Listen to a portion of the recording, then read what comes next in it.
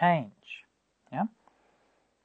One of the, I guess, one of the myths or one of the stories that we often tend to believe about the past is that the past was static. Right? We tend to project into the past that everything was always the same. And obviously, our current times is changing much more rapidly, right? So we find much more rapid change today in the past, fair enough. But still, things weren't the same all the time. And in particular, when it comes to ancient India, we often sort of have this idea in the back of our minds that ancient India was Hindu, right? Is that right? Yeah. Were Indians Hindus? Yeah. No? Deepika knows better because she's heard me give Dhamma talks.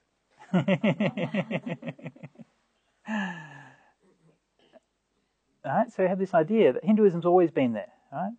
And the Buddha was a Hindu, right? Is that right? That's what many people think. But things are always changing. That's actually not true at all. To say that the Buddha was Hindu, or that Indians even were Hindu in the time of the Buddha, is completely anachronistic. And in fact, it's like saying that Moses was a Catholic. Right? Yeah? Moses wasn't, was Moses a Catholic? No. Moses belonged to a religious tradition, right?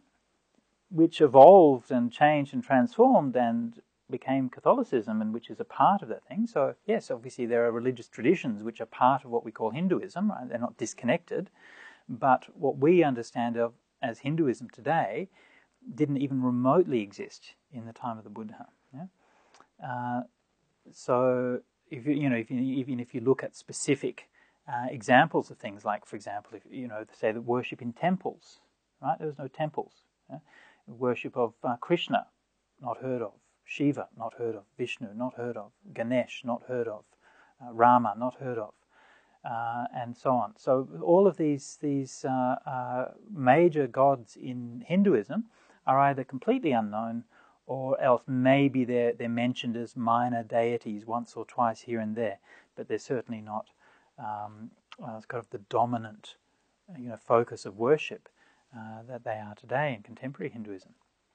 What you did have in the time of the Buddha, you had the Vedas, which had their different religious teachings. You had the Vedic rituals based on those. You had the Brahmins, who were the bearers of the Vedas, and so on. So that's obviously an important strand of the tradition which became Hinduism. You also find various sort of local worship cults. This is very, very common, like yakas and nagas and so on. Each village and each town, they would worship their local yakas and their local nagas and things like that. Now today, if we were to go to India, we think of that as part of Hinduism, right? In fact, it's completely different. Right? There's no historical relationship between those things whatsoever, right? The Vedic religion was something which was brought to India by the Aryan peoples, right? When they came there, they found people who were already worshipping these yakas and nagas and so on. They're actually quite different religious strands. Right? And so one of the accomplishments of the great Hindu scholars of the Middle Ages, so Shankara and others, was to unify all of those different religious traditions, so that all of those local strands, the different philosophical traditions, the contemplative traditions, the Vedic ritual traditions, and so on, all of those different strands, which actually were quite separate, and they weren't seen as being part of the same thing. They were all brought within one umbrella. Yeah?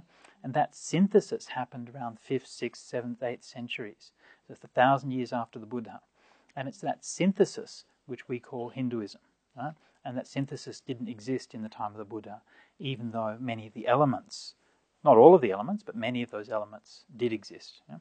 But they were quite separate things.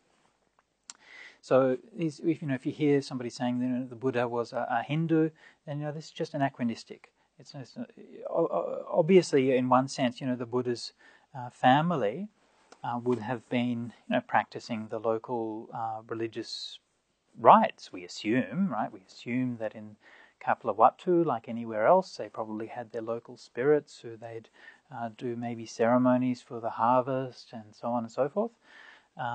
And we assume that his family and that young Siddhartha participated in those things and so on. But this is more to do with just kind of the relationship with the spirits and relationship with nature and so on and so forth. It's not really to do with being a Hindu in that kind of sense. So this actually is one of the things which was already discovered and made very clear in the late 19th century. Actually, when in the modern era, when we first started to trace back the history of Buddhism, the first people that the history of Buddhism was learnt from, or history of India was learnt from, was from the Brahman Pandits. When the British were in India, they studied the Hindu Puranas and the Brahman Pandits, and that's the Brahman Pandits said, India has always been Hindu. And this kind of idea got into the mainstream, and it's been very persistent ever since then. But it didn't take long until people like Thomas Rhys Davids and others who read the Pali texts, they read the things like the Mahavamsa and so on. They began to do the archaeology. Cunningham discovered all the ancient Buddhist sites. They began to realize, hang on, if this is if India has always been a Hindu country, how come for hundreds of years in the archaeological record, nearly a millennium in fact, in the archaeological record, we find nothing of Hinduism and plenty of things of Buddhism and Jainism? Okay? It's also something just to bear in mind. At the time of Ashoka, all of the hundreds of years, there's nothing of Hinduism. Gradually they start to appear, but still the majority of archaeological findings in India, for maybe probably I guess 1,000 years after the Buddha, the majority of things are all Buddhist. Yeah? And gradually Buddhism started to decline and the Hinduism started to get more popular. So India, like anywhere else, was shifting and changing. So there are different strands and so on. So when we're looking at the Buddha and trying to understand his teachings, then of course it's very important to understand who is he teaching for. Now this is not something which is purely an abstract idea. Right? For example, this has real implications in terms of how people understand Buddhism.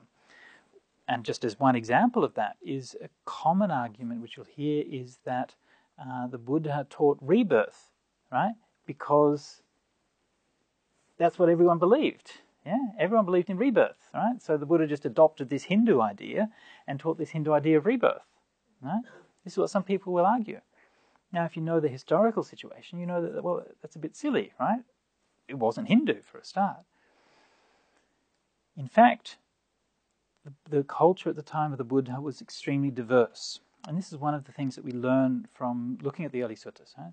There's so much diversity, both within the Brahmanical tradition and also outside of the Brahmanical tradition. I mean, the Brahmanical tradition, which evolved into what we call Hinduism, was very, very far from being some kind of unified, rigid, dogmatic system, right? I mean, Hinduism has never been like that. It was very questioning. There were all kinds of different takes on things, all kinds of different interpretations, and all kinds of different ways of relating, even within the Brahmanical tradition. And we find this questioning spirit both within the Buddhist texts. We also find it within the Brahmanical scriptures at the same time, within the Upanishads. The same kind of thing. People asking, questioning what their tradition was, what the meaning of these rituals were, what the role of these scriptures were, what's the role of experience. Not only was that questioning going on within the Brahmanical tradition, it was also going on in the other non-Brahmanical traditions, what we call the Shramana traditions in ancient India. And the Buddha, of course, counted himself among the Shramana traditions. And the defining point of that being that they didn't hold allegiance to the Vedic tradition and the Brahmanical tradition, but the Shramana traditions based themselves on the experience of direct vision of the truth. So within the Shramana movement, of course, again, a lot of diversity in the time of the Buddha, but of those movements, only Buddhism and Jainism have lasted to the present day. All of the other Shramana movements have passed away, although some of them lasted for a long time in India. There's evidence of the Ajivika tradition for, I think, about 1,500 years or so in India. So they weren't minor movements by any means.